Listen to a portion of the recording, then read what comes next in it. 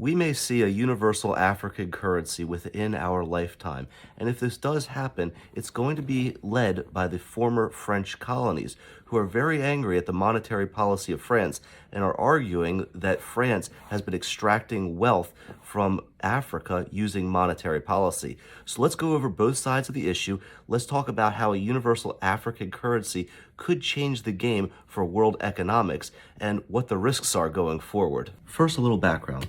14 of the former French colonies do not actually control their own currency to this day. Their currency is controlled directly from France through a currency that is called the CFA, or the West African franc / Central African franc.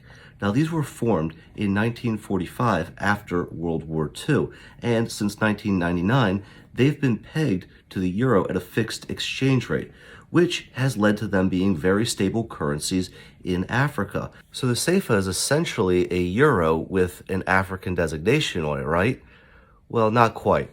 There's a concept called seigniorage that turns the CFA from a nice stable currency to a financial vampire that sucks Africa dry. So what is seigniorage? Seigniorage is simply the transfer of wealth that occurs when a central bank prints money and devalues the currency to pay for a government policy. So if a central bank was to print money to pay for roads and bridges, the value of the currency would go down, the roads and bridges would get built, and there would be a transfer of wealth from the people holding that currency to the contractors that were building the road and bridges. However, what happens when the person printing the money isn't even in your own country?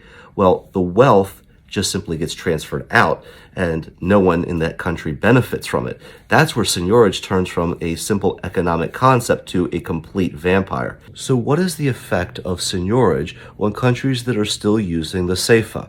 Well, it's very hard to know because a lot of the monetary policy that's done in France is a little bit clandestine and at best opaque and difficult to understand.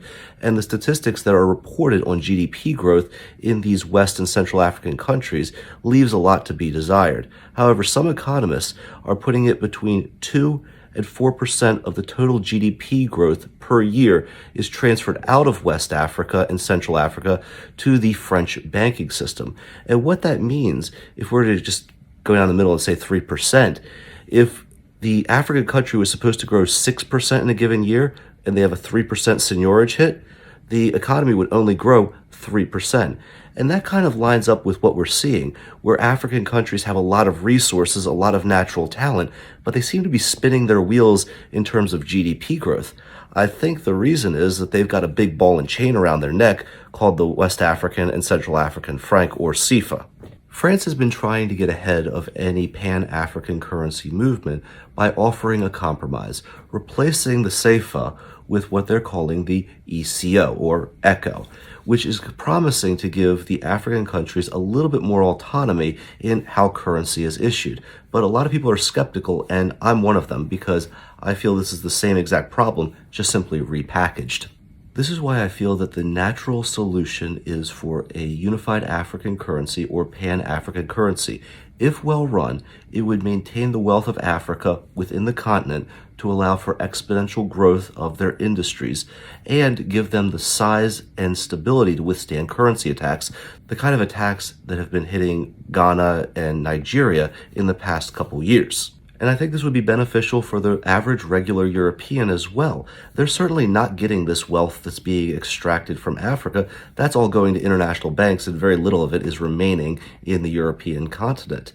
I think that the regular European benefits from a strong, developed Africa that could become an ally and financial partner for the next 100 years.